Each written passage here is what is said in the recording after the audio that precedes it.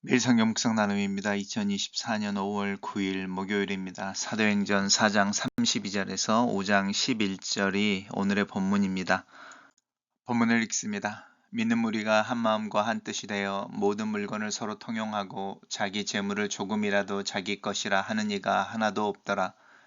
사도들이 큰 권능으로 주 예수의 부활을 증언하니 무리가 큰 은혜를 받아 그 중에 가난한 사람이 없으니 이는 밭과 집 있는 자는 팔아 그 판 것의 값을 가져다가 사도들의 발 아래에 두매 그들이 각 사람의 필요에 따라 나누어 줌이라. 구브로에서 난 레이족 사람이 있으니 이 사람은 이름이 요셉이라. 사도들이 일컬어 바나바라 번역하면 위로의 아들이라 하니 그가 밭이 있음에 팔아 그 값을 가지고 사도들의 발 앞에 두니라. 아나니아라 하는 사람이 그의 아내 삽비라와 더불어 소유를 팔아 그 값에서 얼마를 감추매 그 아내도 알더라. 얼마만 가져다가 사도들의 발 앞에 두니 베드로가 이르되 아나니아야 어찌하여 사탄이 내 마음에 가득하여 내가 성령을 속이고 땅값 얼마를 감추었느냐. 땅이 그대로 있을 때에는 내 땅이 아니며 판 후에도 내 마음대로 할 수 없더냐. 어찌하여 이 일을 내 마음에 두었느냐. 사람에게 거짓말한 것이 아니요 하나님께로다. 아나니아가 이 말을 듣고 엎드려져 혼이 떠나니 이 일을 듣는 사람이 다 크게 두려워하더라. 젊은 사람들이 일어나서 시신을 싸서 메고 나가 장사하니라.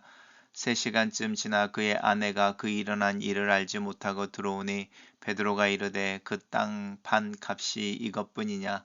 내게 말하라 하니 이르되 예 이것뿐이니이다 하더라. 베드로가 이르되 너희가 어찌 함께 꾀하여 주의 영을 시험하려 하느냐. 보라 내 남편을 장사하고 오는 사람들의 발이 문 앞에 이르렀으니 또 너를 메어 내 가리라 하니 곧 그가 베드로의 발 앞에 엎드러져 혼이 떠나는지라.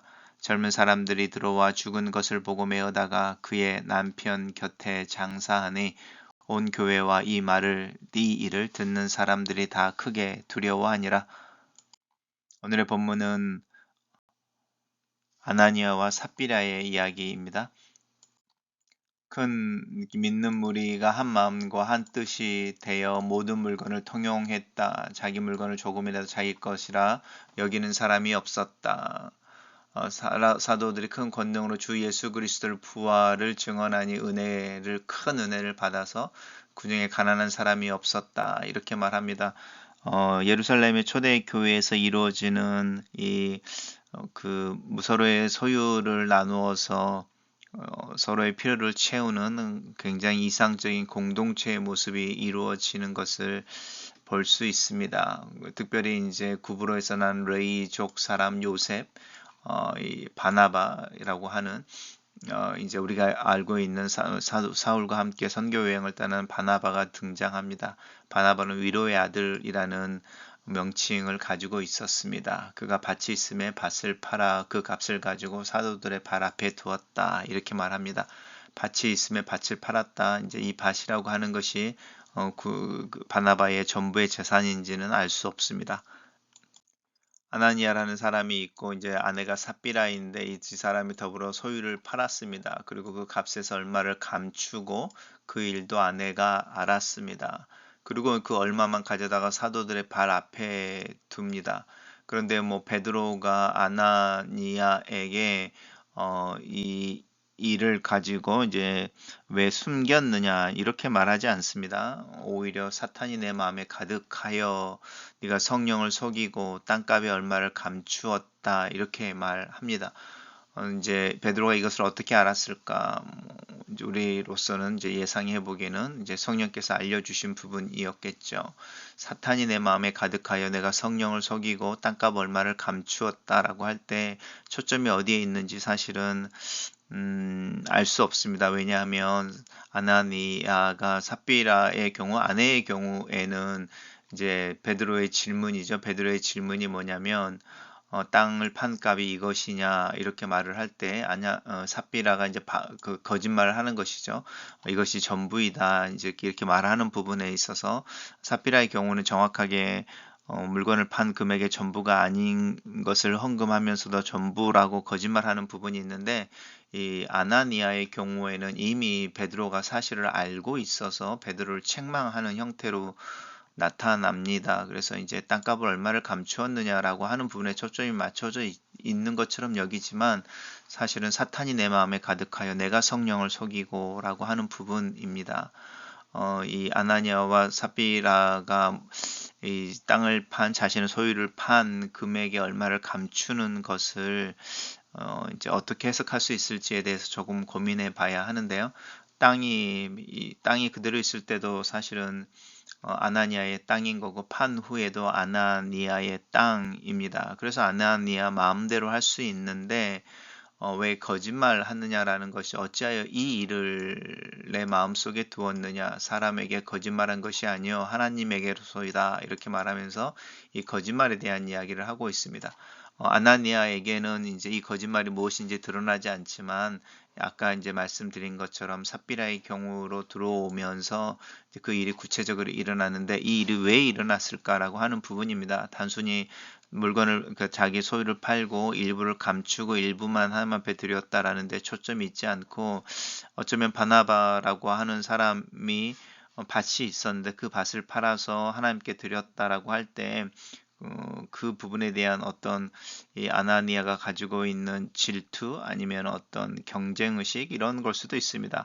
근데 이제 바나바는 단순하게 그가 밭을 가지고 있었고 그 밭을 팔았다 이렇게 말하는데요. 뭐 자신이 가지고 있는 모든 재산을 판 것은 아닙니다. 자기가 가지고 있던 밭을 판 것이고요. 그 외에는 우리가 알 수 없습니다. 그리고서 이제 바나바는 자기 마음에 든 대로 하나님 앞에서 자기가 가지고 있는 것을 들여서 팔고 드렸다 이렇게 순전함을 이야기하고 있는 것이고 아나니아는 어떤 이유에서든 간에 그 바나바의 모습을 보고 바나바처럼 행동을 하려고 하고 있는데 바나바의 순전함이라고 하는 부분이죠. 정직함하고는 다르게 하고 있습니다. 사실은 만약에 아나니아가 맨 처음부터 이 금액을 내가 밭을 팔았는데 왜냐면 자기 거니까 뭐 60%는 하나님께 드리고 40%는 내가 좀 써야 할 것 같습니다. 이렇게 말을 했다면 사실은 하나님 앞에서 특별한 문제가 아닐 수도 있습니다. 근데 이제 속인다고 하는 부분인 것이죠. 떼어놓고 떼어놓지 않은 것처럼 속이는 것을 문제로 삼습니다. 그래서 주의 영을 시험한다라고 하는 부분도 그 부분인 거죠. 이 일이 교회와 온 이 일을 듣는 사람들에게 크게 두려움이 되어집니다. 이 이후로 예루살렘 교회에 지속적으로 물건을 통용하고 소유를 팔아서 서로의 필요를 채우기 위해 헌금을 했을까? 이 부분을 우리가 질문을 좀 던져볼 수 있습니다. 이제 공동체가 하나님 앞에 서갈 때에 아이러니하게 어떤 부분 속에 문제가 생기는 것, 그리고 그 문제가 생기는 것 때문에 공동체가 더 성장해 가고 더 지속되어져 갈 수 있는데 그것이 멈춰버릴 수도 있는 어떤 위험성, 이런 거에 대해서 우리 고민해 볼 필요가 있습니다. 단락을 요약해 보겠습니다. 성령으로 충만한 교회는 한 마음 한 뜻으로 자신들의 소유를 나누고 그리스도의 부활을 증언하며 이 일의 모범이 굽으로 출신 요셉이 있었다. 반면 아나니아와 삽비라는 자신들의 소유를 팔아 일부를 감추고 전부를 드리는 것처럼 가장하나 하나님의 징계를 받아 죽는다. 이렇게 정리해 봤습니다. 매일 성경의 묵상 나눔입니다. 하나님은 복음으로 가난한 자가 없는 공동체를 탄생시키셨습니다. 신자들이 성령으로 충만해지고 큰 은혜를 받자 자기 소유를 팔아 가난한 사람들에게 나누어 주었습니다. 이는 사람이 할 수 없는 일을 하나님은 하실 수 있느니라 하신 예수님의 말씀처럼 교인들이 자력으로 행한 일이 아니라 하나님이 창조하신 새 일, 새 현상이었습니다. 더 많이 가지려고 하는 부익부 빈익빈 현상이 심화되는 세상에서 자발적으로 소유를 나눔으로 가난한 사람이 없는 공동체를 형성하는 것이야말로 하나님의 능력과 은혜를 현시하는 길입니다. 하나님의 복음은 가난한 자에게 좋은 소식이 되어야 합니다. 아나니아와 삽비라는 사도들과 교회 앞에 거짓말을 했지만 성령을 속이고 하나님께 거짓말했다라는 베드로의 말처럼 하나님은 자신을 속인 일로 이것을 여기십니다. 또한 가나안과의 첫 전쟁에서 범죄한 아간을 벌하셨듯이 아나니아와 삽비라의 거짓말이 이제 막 탄생한 교회를 무너뜨리지 못하도록 단호하게 징벌하십니다. 주님은 교회와 자신을 한 몸으로 여기시고 교회를 위험에 빠뜨리는 일을 용납하지 않음을 기억해야 합니다. 자기 밭을 팔아 그 값을 교회에 내어놓은 요셉은 바나바라고 위로의 아들이라 불릴 정도로 사도들의 인정과 공동체의 존경을 받았습니다. 한편 아나니아는 자기 땅을 처분한 돈의 일부를 전부인 것처럼 속여 바쳤습니다. 바나바의 명예는 욕심이 났지만 바나바처럼 전부를 내놓기는 아까웠던 것입니다. 아나니아의 문제는 돈을 남긴 것이 아니라 거짓말을 한 것이었습니다. 재물을 바치지 않았어도 문제될 게 없고 일부만 바쳤어도 칭찬을 받았을 것입니다. 하지만 불순한 욕심으로 인해 공동체를 속이고 하나님께서 세우신 신생 교회의 아름다운 교제를 망치려고 했기 때문에 재물을 바치고도 심판을 피하지 못했습니다. 가식 없는 헌신과 거짓 없는 위로는 공동체를 견고하게 하지만 명예를 탐하고 지체들을 속이는 위선은 공동체를 위험하게 하는 위태롭게 하는 죄임을 기억합시다. 글로 쓰는 기도입니다. 살아계신 하나님, 내 마음을 내려다봅니다. 이 세상에 무엇보다 부패한 내 마음을 봅니다. 내 안에 선을 행하려는 욕구나 선을 행하려고 하는 의지, 또 그 선을 행할 수 있는 능력이 없음을 고백합니다. 이것이 내 자신을 정당화하거나 나를 합리화하는 것은 아닙니다. 오히려 하나님께서 그런 내 마음 속에서 일하시기를 기도합니다. 하나님의 은혜와 용납하시는 사랑이 내 마음을 녹이고 넓혀 주시기를 기도합니다.